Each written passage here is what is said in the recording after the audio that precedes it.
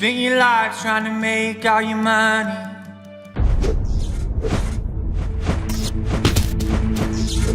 มาพบกับคนในคลิปนี้ครับคุณนพกฤษ นิธิเลิศวิจิตรครับเขาเป็นมาหลายอย่างมากในชีวิตตั้งแต่เด็กกรีดยางบอยนักมวย นักการเงิน วิทยากรจนวันนี้มาจบที่เป็นนักธุรกิจที่สร้างบริษัทขึ้นมามูลค่าระดับพันล้านวูดดี้เห็นคลิป ครับ แล้วสิ่งแรกเลยที่ผมรู้สึกคือโอ้โห ครับ คนคนนี้เนี่ยเอาพลังมาจากไหน พลังที่มาอยู่ในตัวเนี่ยมันมาจากพลังแห่งการวิ่งหนีความเจ็บปวดในชีวิตมาก่อน เพราะว่าตั้งแต่เล็กเลยเป็นคนที่เกิดในครอบครัวยากจนต้องกรีดยางไปส่งตัวเองเรียนตั้งแต่อยู่ป .4 แล้ว ผมเคยอ่านหนังสือของพี่ ครับ มันคนละขั้วกันเลยนะ ใช่ครับ แปลว่าชีวิตนี้เราได้ลองหมดแล้ว ใช่ครับ รับจ้างกรีดยางส่งตัวเองเรียนหนังสือ เป็นนักมวยหาเงินเพิ่ม มีชื่อมวยว่าหงเหินน้อยเกียรติชนบท เป็นบอยร้านอาหารจนกระทั่งมาเป็นลูกจ้างธนาคารรวมถึงบริษัทเอกชน ครับ แล้วไต่มาตามลำดับจนสุดท้ายเป็นเจ้าของและผู้บริหาร ถามไม่ง่ายเลย ทุกวันนี้ถ้าจะต้องบอกว่าอาชีพตัวเองเรามีอาชีพอะไรตอบว่า ตอนนี้เป็นนักธุรกิจและผู้บริหารที่ช่วยเหลือเปลี่ยนแปลงชีวิตผู้คน ธุรกิจที่สร้างมากับเพื่อนสนิทเนี่ยตอนนี้ดำเนินธุรกิจมาเป็นปีที่ 3 ครั ปี บ ที่แล้วก็มียอดธุรกิจ 1,300 กว่าล้านต่อปี สร้างแค่3 ปี 3 ปีถ้ารวมทั้งหมดเนี่ยขึ้นไปถึง 2,000 กว่าล้าน มันต้องใช้พลังและกำลังใจแล้วก็ความมุ่งมั่นและความมั่นใจ ใช่ครับ มาก ใช่ครับ ถึงบอกว่าปรับบางสิ่งที่จากการเป็นนักมวยเนี่ยเอามาใช้ในการเป็นนักธุรกิจได้ด้วย ตรงนี้แหละที่น่าสนใจ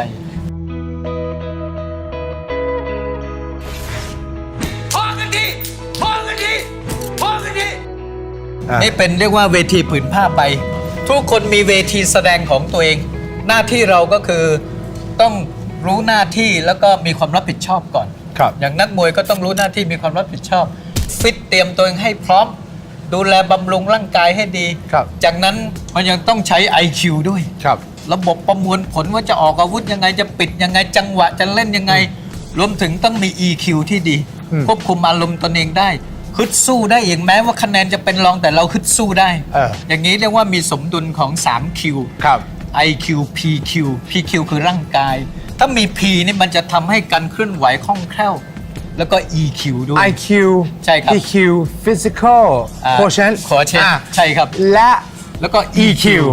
แต่ว่าธุรกิจจะเพิ่มมาอีก Q หนึ่งเป็น SQ Spiritual Quotient เป็นเรื่องจิตวิญญาณที่ไม่ได้ทำเพื่อเงินทองอย่างเดียว แต่ทำเพื่อผู้คนแล้ว เราต้องมีจิตใจที่เหนือกว่านั้น มวยมีไหมฮะ Spiritual Quotient เรายังไม่ต้องใช้ถึงจุดนี้ ครับ แต่ว่าพอเป็นนักธุรกิจเนี่ยเราต้องให้สิ่งที่มีคุณค่า ครับ เกินกว่าตัวเราละเราจึงเป็นนักธุรกิจที่ประสบความสำเร็จได้ สมมุติเวลาเราเป็นนักมวยจดมวยเข้าหากันเนี่ย ครับ เราจะหาจุดโจมตีคู่ต่อสู้ มัน ครับ เหมือนหาจุดที่เราจะแข่งขันใน อ่า ตลาดพอคู่ต่อสู้ต่อยมันเราหลบ แล้วก็เราจะดึงจังหวะ อ่า เพื่อทำคะแนนยังไง อ่า มันก็อย่างนี้ ครั ที บ นี้นักมวยที่ไม่ประสบความสำเร็จคือนักมวยที่กลัวเจ็บ ครับ ผมจดมวยกับคุณวุ ครั ฒิ บ แล้วผมกลัวเจ็บกลัวอาวุธมาก ผมไม่เป็นทำอะไรไม่เป็นอันทำอะไรถอยอย่างเดียวแล้วผมก็จะแพ้ ครับ ดังนั้น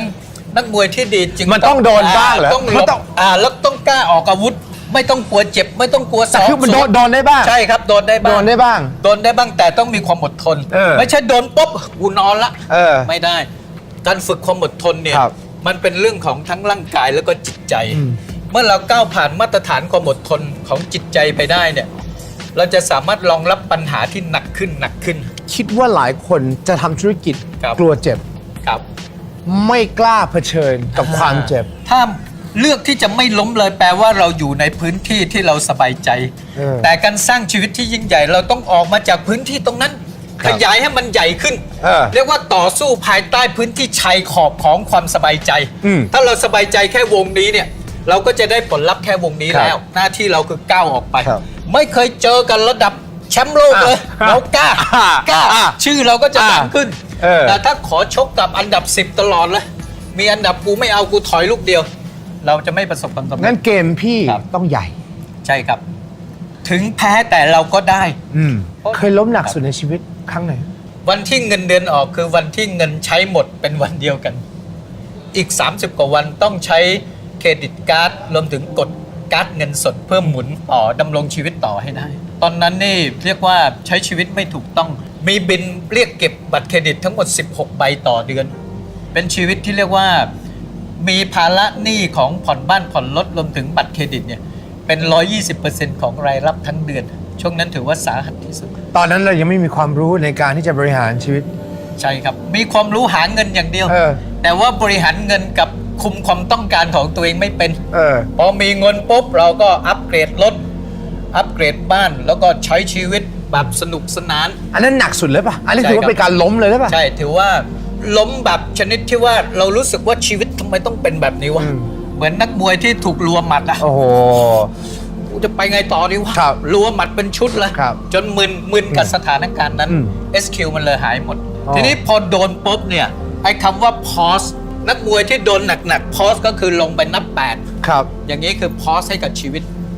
เพื่อตั้งสติขึ้นมาใหม่เพราะว่าถ้าเราดื้อยืนต่อเนี่ยโดนน็อกแน่โดนยำจนเมาแน่งั้นก็ลงมาหน่อยใช่ครับแต่ไม่ใช่ว่าลงมาแล้วก็นอนยาวไม่ใช่ลงมาก็เฮ้ยตรงไหนน่านอนดีไม่ใช่ครับเราต้องเฮ้ยเดี๋ยวกูต้องสู้ใหม่เว้ยยังมีหวังอยู่ยังมีหวังอยู่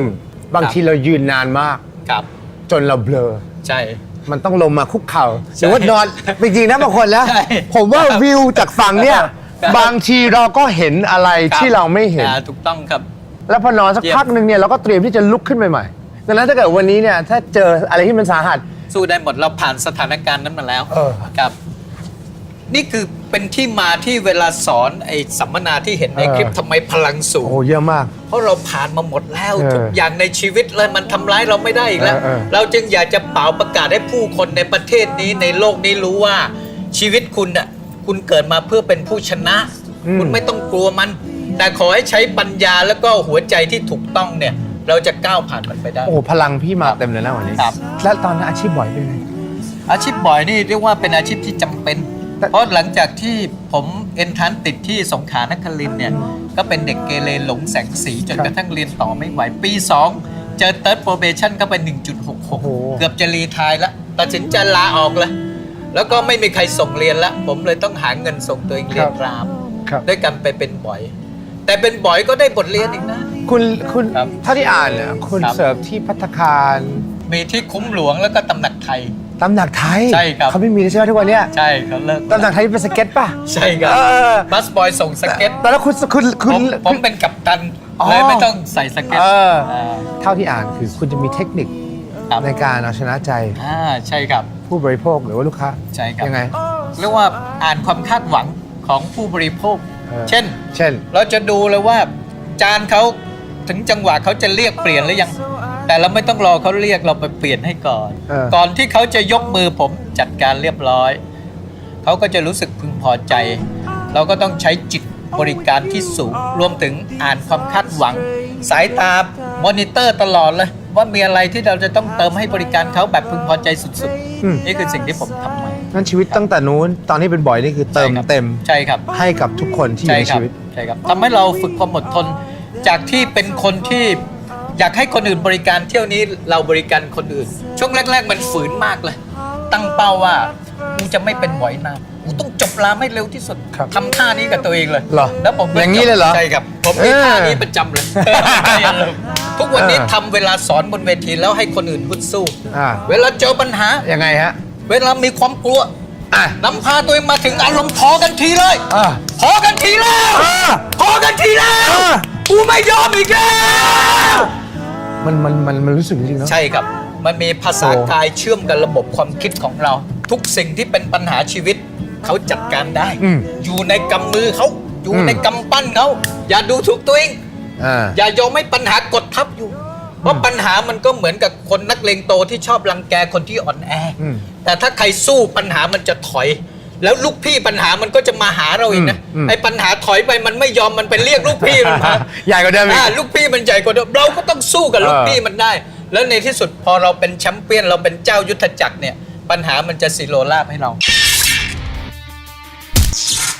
ปัญหามึงมาเลยกูไม่กลัวมึงอีกแล้ว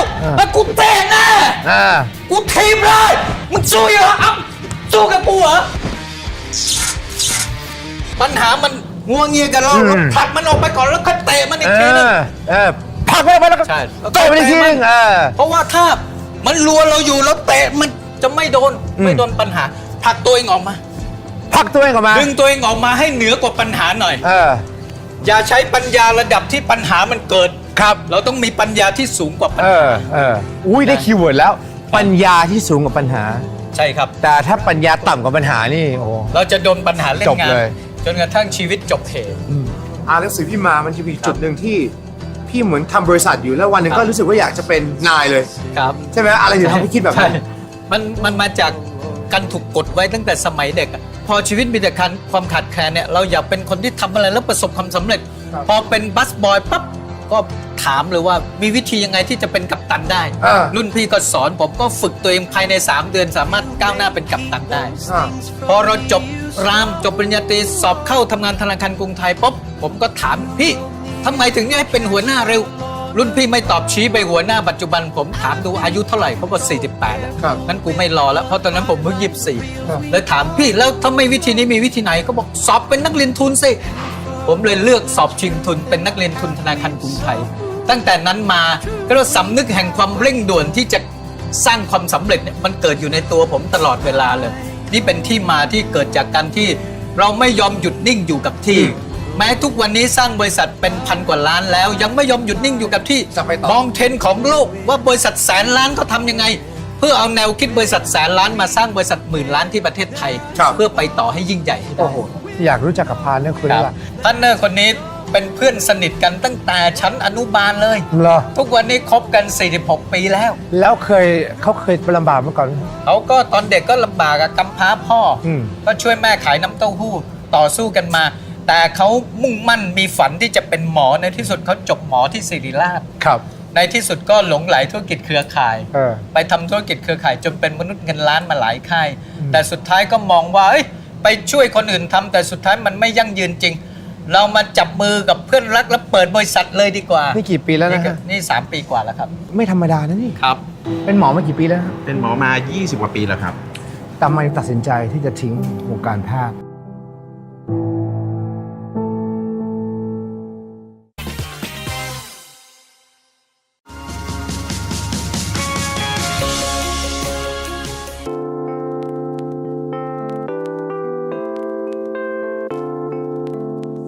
คุณนพกฤษเล่าถึงคู่หูที่ได้ฉายาว่ามนุษย์เงินล้านรายได้ต่อเดือนหลักล้านขึ้นมาตลอดเป็นตัวพ่อที่คนในวงการขายตรงระดับประเทศต้องการตัวและยอมรับฝีมือที่สุดคนหนึ่งเลยทีเดียวครับนั่นก็คือคุณหมอสิทธวีเกียรติชวนันท์ครับเป็นหมอมากี่ปีแล้วเป็นหมอมา20 กว่าปีแล้วครับทำไมตัดสินใจที่จะทิ้งวงการแพทย์ตอนนั้นในการรักษาคนแล้วมาหันมาดูแลรักษาทางด้านนี้แทนคือเนื่องจากว่าเห็นโอกาสของธุรกิจนี้ว่ามันสามารถที่จะเปลี่ยนแปลงชีวิตของผู้คนได้นะครับตอนเริ่มต้นเนี่ยทำธุรกิจเครือข่ายเนี่ยตั้งแต่ปี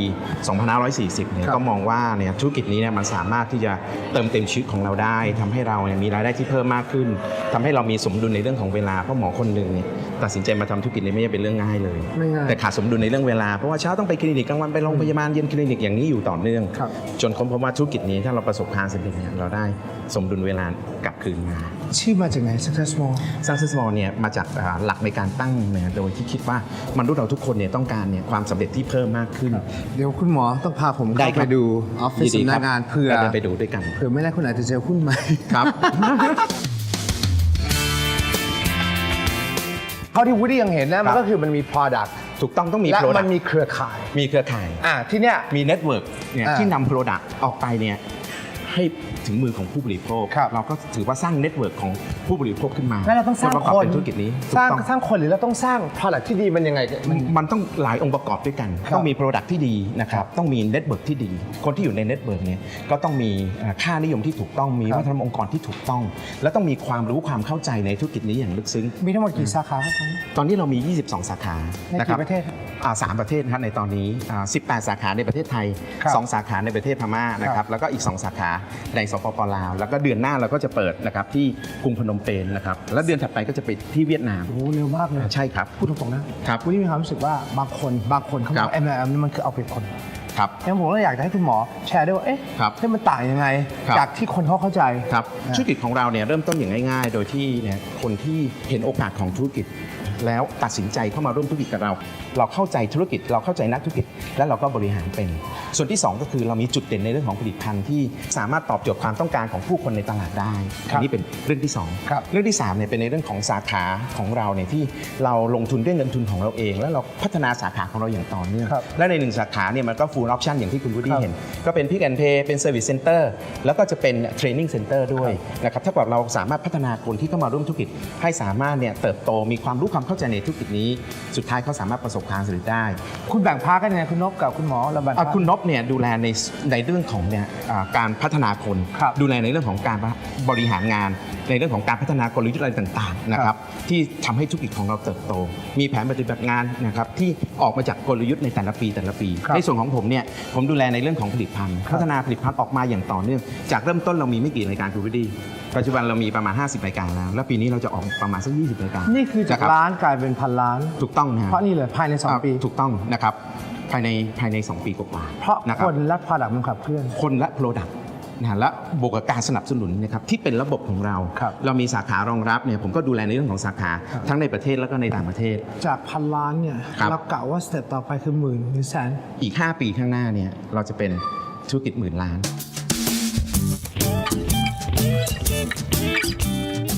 แต่ที่ผมมาถึงที่วันนี้เนี่ยมันมีอะไรให้ผมดูบ้างนะที่เนี่ย ครับเรามีผู้คนที่ประสบความสำเร็จ ครับ เนี่ยหลังจากที่เข้ามาแล้วเนี่ย ครับ เขาก็เรียนรู้แล้วก็ลงมือท ครับ ำนะครับโดยที่เรามีนะครับระบบสนับสนุนที่ดี คนส่วนใหญ่ก้าวไปไม่ได้ เพราะว่าปัญญาของเราปิ่มๆกับระดับปัญหา อืม ที่นี่เราจะสอนคนยกระดับปัญญา อืม เพื่อให้เขามีคำชี้แนะแนวทางที่ถูกต้อง ครับ จนกระทั่งเขามีพลังอำนาจ อืม ในการกำหนดชีวิตของตัวเอง ผมรู้สึกถึงพลัง ครับ คนที่นี่มันจะ มีพลังเยอะ เออ นะครับเพราะว่า เนอะ หลายคนเนี่ยมีความหวังนะครับ ครับ ที่เพิ่มมากขึ้นให้กับ ครับ ชีวิต และรู้วิธีที่จะจัดการปัญหาต่างๆ หลังจากที่เข้ามาร่วมธุรกิจกับเรา หลายคนได้มีโอกาส transform นะครับตัวเองทั้งในเรื่องของวิธีคิด ครับ นะครับโปรแกรมใหม่เลยว่าคนที่ประสบความสำเร็จเขาคิดอย่างไร และคนที่จะไปต่อข้างหน้าต้องมีระดับพลังงานที่สูงกว่าคนปกติ เอาแน่นอน เนี่ยคนเหล่านี้เนี่ยเรียกว่า alert มาก มันไม่ได้ นะครับ เรียกว่าคุณเดินเข้ามาแล้วมันก็จบมันไม่ใช่แค่นั้น ใช่ครับ มันต้องมีการทำงานร่วมกัน ถูกต้องนะครับ คลุกคลีกัน ต้องมีการเรียนรู้และ ใช่ พัฒนาตนเองอย่างต่อเนื่อง ทัศนคติต้องปรับ ถูกต้องครับ ว่าทุกอย่างมันเป็นไปได้เดินไปข้างหน้า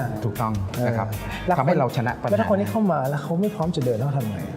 ใน business นี้นะครับ สมมติเขาเดินเข้ามาหาคุณ ครับ แล้วเขาดูหน้าเขาแบบ มันไม่มีหวังอ่ะ ครับ เราปล่อยเขาหรือเราช่วยเขา เราช่วยทุกๆคนนะครับ อันดับแรกคือเขาต้องมีวิลลิ่งก่อนเขาต้องการที่จะประสบความสำเร็จ แล้วสามารถที่จะพาตัวเองเนี่ยเข้ามาเรียนรู้เข้าหลักสูตร Start Your Business with Why ซึ่งตอนนี้เนี่ยคุณนพเนี่ยเทรนครั้งหนึ่งเนี่ยตอนนี้เนี่ยก็ประมาณสัก 1,500 คนนะ ค ครั รั้ บ งละ1,500 ที่เห็นในคลิปที่ผม ครับ ออก ประมาณ อาวุธ 1,500 คนฮะ กี่นาทีหรือกี่ชั่วโมง ทั้งวันเลยครับ ทั้งวัน 9 โมงเช้าถึง 6 โมงเย็น โอ้โหพลังวันนี้ พ ม ลัง หา เต็ม ศาล ที่ มาก ครับ แล้วมันตอบโจทย์ที่คุณวิริถามว่าถ้าเขามาแล้วเขาไม่ต้องการเป็นยังไง หลักสูตรนี้แหละจะเป็นหลักสูตรที่ทำให้เขาค้นหาความหมายชีวิตตัวเองเจอ ครับ เขาจะได้วันที่ 2 ของชีวิต ครับ ทุกคนจะรู้ว่าวันเกิดคือวันอะไรเป็นวันสำคัญ แต่วันที่สำคัญไม่แพ้กันคือวันที่เขารู้ว่าเขาเกิดมาทำไม คือวันที่ 2 นี่แหละ เกิดมาทำไม เกิดมาทำไมพอคนรู้ว่าเกิดมาทำไมมันจะมีพลังที่ยิ่งใหญ่เลย เขารู้คุณค่าของตัวเขาเอง ไอ้นี่ ทำให้มีพลัง อันนี้เนี่ยไม่สามารถ เพิ่มมากขึ้น ไม่สามารถจะตอบได้ง่ายต้องไปนั่งฟังทั้งวัน ใช่ เลย ครับ แล้วตกผลึกกับตัวเองคุยกับตัวเอง ผมจะมีวิธีการทำให้ตัวเองคุยกับตัวเอง ครับ แต่ละคนคุยกับตัวเอง จนกระทั่งได้คำตอบ โอ้โห แท้ที่จริงชีวิตมันเป็นแบบนี้เหรอ เลี่ยมเหลือทนแล้ว แล้วคุณจะทนขนาดไหน แต่ถ้า ครั เขา บ ไม่ได้เสร็จปั๊บ ครับ เขาคนพบว่าเขาไม่อยากทำ business ตรงเนี้ยไม่เป็นไร ไม่เป็นไรคบ ไม่เป็นไร แต่ละคนเนี่ยสามารถที่จะเช่นเป็นนักศึกษา สามารถไปเรียนหนังสือได้ดีขึ้น รู้ตัวตนของตัวเราเองเฮ้ยทำไมเราต้องไปเรียนอ่ะ ใช่ครับ นะครับ แล้วมัน เรียนมาเพื่ออะไร ตอนนี้มีคนผ่านการเทรนไป30,000 กว่าคนแล้ว โอ้โห ผมก็ตั้งเป้าว่าชีวิต จะ นี้ ช่วย เนี่ย กี่คนครับ เป็นล้านคนเลย ครับ ทั้งผ่านทางสื่อซีดียูทูบอะไรต่างๆ ใน AEC นะ ใช่ เรา ครับ ไปทั้งพม่า ใช่ครับ แล้วเรากำลังจะไปในประเทศใน AEC อีก 2-3 ประเทศ ที่ผมชอบตรงที่ว่ามันสร้างพลังเนี่ยคน ครับ มันไม่มีอะไรดีไปกว่าการ ครับ ให้โอกาสคน ครับ ครับ ในการค้นพบพลังตัว ครับ เอง ให้ความคิดและให้พลัง โอ้ให้ความคิดเนี่ยสำคัญมาก ใช่ ครับ ครับ เนอะ ความคิดมันจะเชื่อมโยงกับพลังงานของคน อ่า บางทีบางคนเขาใช้วิธีแค่ให้เงิน ใช่ครับ ครับ แต่ให้เงินเนี่ย ให้เงิน มันสู้การ ใช่ ให้ความรู้และให้พลังไม่ ค ได้ รับใช่ครั เห บ มือนจับปลาให้เขากิน อ่ากิ กินไปมื้อ 2 มื้อหมดละ แล้วมันก็จน ทำต่อ แล้วก็กลับไปจนเหมือนเดิม ใช่ค กลั รั บบ ไปจนเหมือนเดิม หวังว่าทุกท่านที่ชมจบแล้วจะมีพลังลุกขึ้นมาทำฝันของตัวเองให้เป็นจริง อย่างที่2ท่านนี้เขาทำได้เป็นตัวอย่างนะครับ ราตรีสวัสดิ์ครับ พี่น้องชาวไทย ทุกสิ่งเป็นไปได้คุณวูดดี้ ทุกสิ่งเป็นไปได้ แต่มันไม่เคยเจอแบบนี้เลยมันไม่เคยเจอ ต้องทำได้ โอเค